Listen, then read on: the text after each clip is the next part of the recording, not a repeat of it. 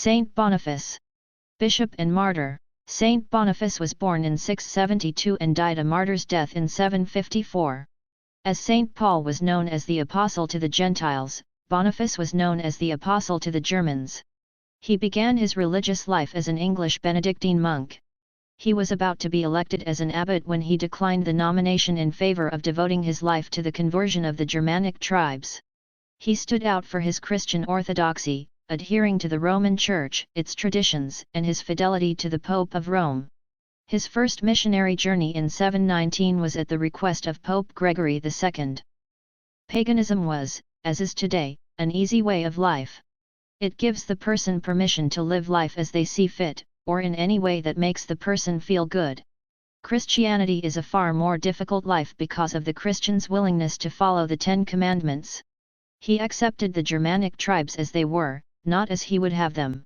Upon his arrival he discovered what Christianity he found had fallen back into paganism, or, what Christianity that was still practiced, was taught with many errors.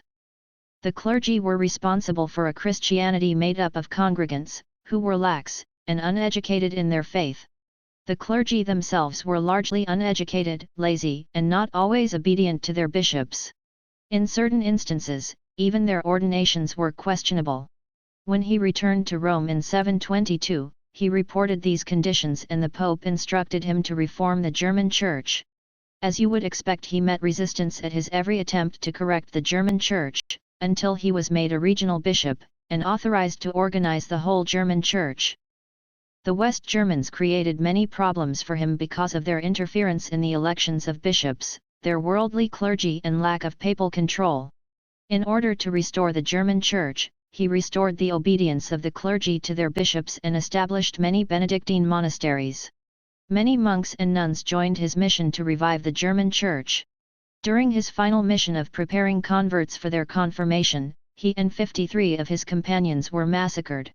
When reading the life of Saint Boniface, you immediately think of the prophet Elijah. Boniface was a threat to Charles Martel, the de facto ruler of Western Germany. Elijah was also a threat to Ahab, the king of Israel. Boniface was a threat to the uneducated clergy. Elijah was a threat to the idol-worshipping prophets of Baal, whom he challenged to a test of who served the real God. The work done by Boniface and his companions also prevailed, as did Elijah.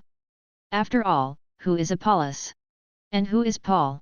We are simply God's servants, by whom you were led to believe. Each one of us does the work which the Lord gave him to do. I planted the seed, Apollos watered the plant, but it was God who made the plant grow. The one who plants and the one who waters really do not matter. It is God who matters, because he makes the plant grow. There is no difference between the one who plants and the one who waters. God will reward each one according to the work each has done. For we are partners working together for God, and you are God's field. Faith is like a seed, make it grow. Help me to use my words to plant seeds of encouragement and not weeds of bitterness.